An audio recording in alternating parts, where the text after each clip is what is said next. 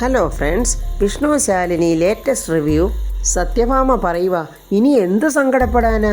സ്വന്തം മകൻ പോലും അമ്മ പറയുന്നത് കേൾക്കാതെ അമ്മയെ അംഗീകരിക്കാതെയും നടക്കുന്നതിനേക്കാൾ ഒരു സങ്കടം പിന്നെ വേറെ വല്ലതും ഉണ്ടോടാ?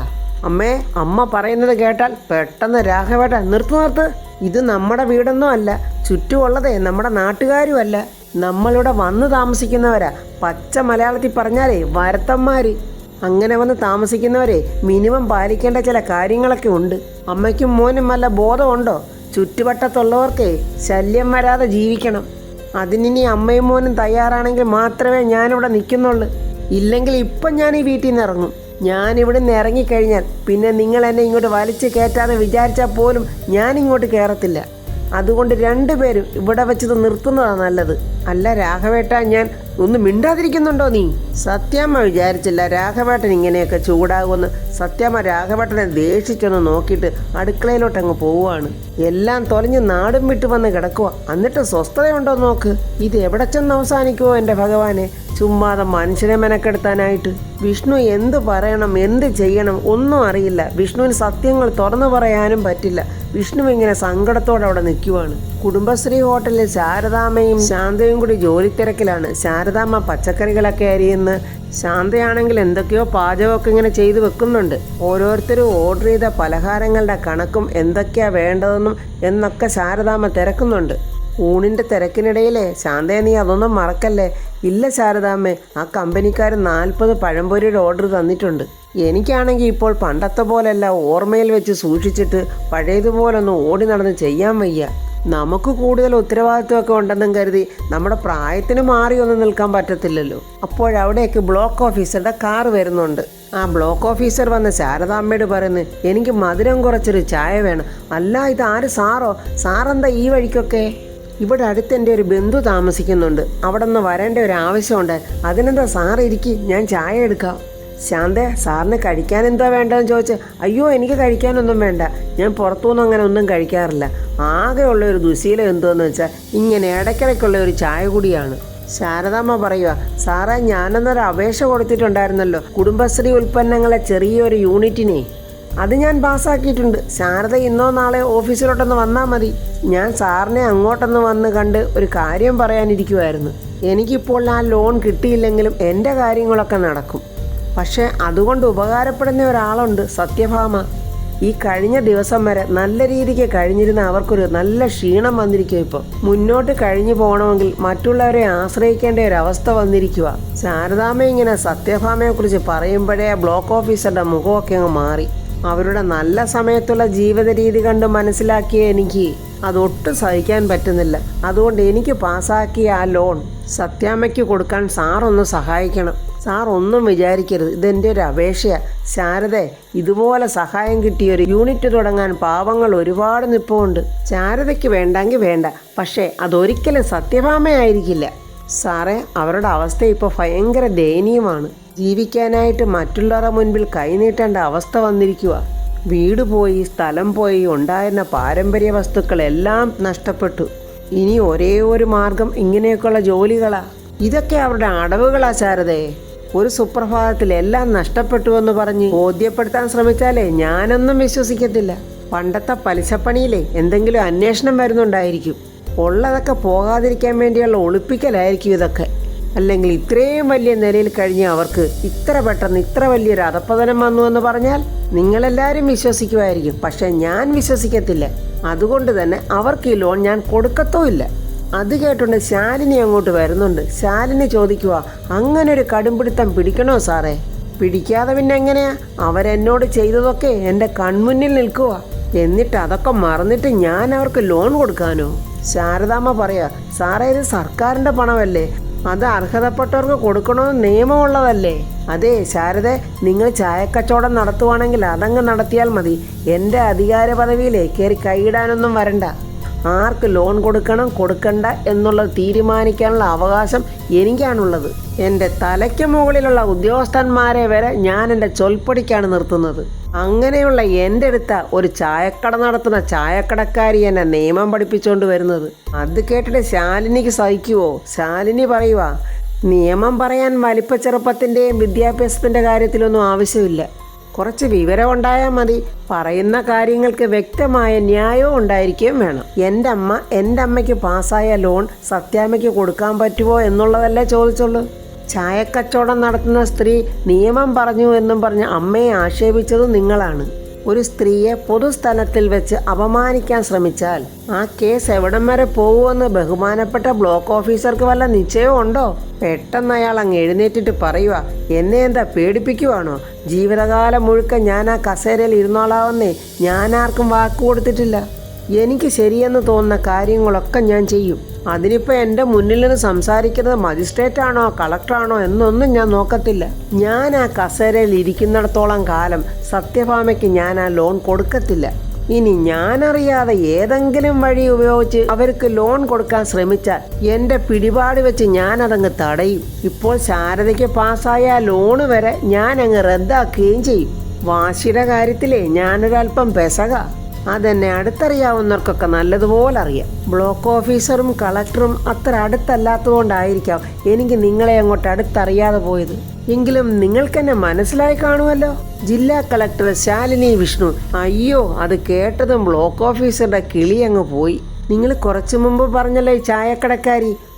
ഈ ചായക്കടക്കാരിയുടെ മകൾ. എൻ്റെ ഈ എളിയ പിടിപാടിൽ ഞാനൊരു ചെറിയ കാര്യം ചെയ്തിട്ടുണ്ട്. എൻ്റെ അമ്മയ്ക്ക് അനുവദിച്ച് കിട്ടിയ ആ ലോണ് സത്യഭാമയ്ക്ക് കൊടുക്കാനായി ഓർഡർ ചെയ്തിട്ടുണ്ട്. ബ്ലോക്ക് ഓഫീസറുടെ കണ്ണ് തള്ളിപ്പോയി. ശ്വാസം പിടിച്ചാലിങ്ങനെ ശാലിനിയെ തന്നെ നോക്കി നിൽക്കുവാണ്. സാറേ, നിങ്ങളുടെ മുകളിലും ആൾക്കാരൊക്കെ ഉണ്ടല്ലോ. അപ്പോഴങ്ങോട്ട് ശാലിനിയെ കൊണ്ടുപോകാനുള്ള കാറ് വരുന്നുണ്ട്. അപ്പം ശാലിനി പറയുക, ദാണ്ടെ ആ ഓർഡറും കൊണ്ടാണ് ആ കാറ് വന്നിരിക്കുന്നത്. അനു ഒരു ലെറ്ററും കൊണ്ടുവന്ന് ശാലിനിയെ കൊടുക്കുവാന്ന്. ശാലിനി അത് ചിരിച്ചോണ്ട് ബ്ലോക്ക് ഓഫീസറെ കൊടുത്തിട്ട് പറയുന്നു, ഇതൊന്ന് വായിച്ചു നോക്ക്. അത് വായിച്ചിട്ട് പുള്ളിക്കാരൻ്റെ ശ്വാസം നിലച്ച പോലെ ഇങ്ങനെ ഞെട്ടി നിൽക്കുവാണ്. ശാലിനി പറയുക, നിങ്ങൾ ആ കസേരയിൽ ഇരുന്നാലല്ലേ അത് നടപ്പിലാക്കാൻ പറ്റത്തില്ലെന്ന് പറഞ്ഞത്. അതുകൊണ്ട് ആ കസേരയിൽ നാളെ മുതൽ ഞാൻ മറ്റൊരാളെ പ്രതിഷ്ഠിച്ചു. ഒരു ചായക്കടക്കാരുടെ മകള് ഇങ്ങനെയെങ്കിലും ചെയ്ത് മനസ്സിനെ ഒന്ന് തൃപ്തിപ്പെടുത്തണ്ടേ? ബ്ലോക്ക് ഓഫീസർ ആകെ വിയർത്ത് തലയും കുനിഞ്ഞു നിൽക്കുവാണ്. ശാലിനി വിടുന്ന പാടില്ല. അപമാനം, അതാണ് ശരാശരി ഒരു മനുഷ്യന് ഒട്ടും സഹിക്കാൻ പറ്റാത്തത്. നിങ്ങളുടെ വാക്കുകളിൽ കണ്ടതും ഞാൻ അതാ. സാർ ഇനി കുറച്ച് നാൾ വീട്ടിലിരിക്കും. അപ്പോഴേക്കും സാറിൻ്റെ സ്വഭാവത്തിനൊക്കെ കുറച്ച് മാറ്റങ്ങളൊക്കെ ഉണ്ടാവും. ആ ബ്ലോക്ക് ഓഫീസർ ഇതുവരെ ശാലിനി വിഷ്ണു കളക്ടറാണെന്ന് അറിഞ്ഞിട്ടില്ല. എന്തോരു ബ്ലോക്ക് ഓഫീസറാ അത്. അവസാനം പുള്ളിക്കാരൻ നാണം കെട്ട് തലയും കുനിഞ്ഞങ്ങോട്ട് ഇറങ്ങിപ്പോവാണ്. അപ്പോൾ ശാലിനി പറയാം, അവിടെ നിന്നെ ചായ കുടിച്ചതിൻ്റെ പൈസ വെച്ചിട്ട് പോ. പെട്ടെന്ന് ആ പുള്ളിക്കാരൻ 10 രൂപ എടുത്തട വെച്ചിട്ട് തിരിഞ്ഞു നോക്കാതെ അങ്ങ് പോവുകയാണ്. ശാരദാമ്മ ഉടനെ, മോളെ അയാൾ എന്തെങ്കിലും? ഒന്നുമില്ലമ്മേ, ഒരിടത്തുനിന്നും അയാൾക്ക് ഇതുപോലൊരു തിരിച്ചടി കിട്ടിയിട്ടുണ്ടാവില്ല. ഇനി അയാൾ നന്നായിക്കോളും. അമ്മയെക്കാളും ഇപ്പം ലോണിന് ആവശ്യം സത്യാമ്മയ്ക്കാണ്. രാഘവേട്ടന് സത്യഭാമയുടെ ഒരു ചായ ചോദിച്ചിട്ട് കുറേ നേരമായി. രാഘവേട്ടന് ദേഷ്യം വന്നിട്ട് പോയി അവിടെ നിന്ന് പുറകുറുക്കുവാണ്. എത്ര നേരമായി ഞാൻ ചോദിച്ചിട്ട് എന്നിങ്ങനെ പറഞ്ഞുകൊണ്ടിരിക്കുമ്പോഴാണ് സത്യഭാമ ചായയും കൊണ്ട് വരുന്നത്. ഈ ഒരു ചായ ഞാൻ ചോദിച്ചിട്ട് 1 മണിക്കൂറായി. ഇപ്പോഴാണോ കൊണ്ടുവരാൻ തോന്നിയത്? അതെ, നമ്മുടെ സ്വന്തം വീട്ടിൽ നിന്ന പോലുള്ള സൗകര്യങ്ങളൊന്നുമേ ഇവിടെ കിട്ടത്തില്ല. അവിടെ വെച്ച് എന്ത് പറഞ്ഞാലും കൊണ്ടുവരാൻ അവിടെ ആൾക്കാരും ഉണ്ടായിരുന്നു. ഇവിടെ അങ്ങനെ ആളെ നിർത്തി ചെയ്യിക്കാനുള്ള വരുമാനമൊന്നും നമുക്കില്ല. ഇനി കഴിഞ്ഞു പോകാനുള്ള വക നമ്മൾ തന്നെ തേടേണ്ട അവസ്ഥയാണ് വന്നിരിക്കുന്നത്. അല്ല, ഞാനാണോ ഇങ്ങനെയൊക്കെ വരുത്തി വെച്ചത്? രാഘവേട്ട, അതാര് വരുത്തി വെച്ചതാണെങ്കിലും ഇനി സംഭവിച്ചതൊക്കെ ഓർത്ത് പറഞ്ഞിട്ട് ഒരു കാര്യമില്ല. ഇനി മുന്നിലോട്ടുള്ള ജീവിതം എങ്ങനെയാണെന്ന് ചിന്തിച്ച് കാര്യങ്ങളൊക്കെ അങ്ങ് നീക്കണം. അപ്പോൾ ഞാൻ ഇടയ്ക്കിടയ്ക്ക് ചോദിക്കുന്ന കാപ്പിയും ചായയും ഇനി ചോദിക്കരുതെന്നർത്ഥം. ഞാൻ അങ്ങനെയൊന്നും അല്ല പറഞ്ഞത്. എനിക്ക് 2 കയ്യേ ഉള്ളു. എടുത്തു തരാൻ അല്പസ്വല്പം താമസമൊക്കെ വരും. അവിടേക്ക് നൂർജഹാൻ വന്നിട്ട് ചോദിക്കുന്നത്, 2 പേരും കൂടെ ഏതോ തർക്കത്തിലാണെന്ന് തോന്നുന്നല്ലോ. തർക്കമൊന്നും അല്ല മോളെ, പഴയ വീട്ടിൽ താമസിച്ചപ്പോഴേ അപ്പോൾ ചായ ചോദിക്കുമ്പോൾ കൊടുക്കുമായിരുന്നു.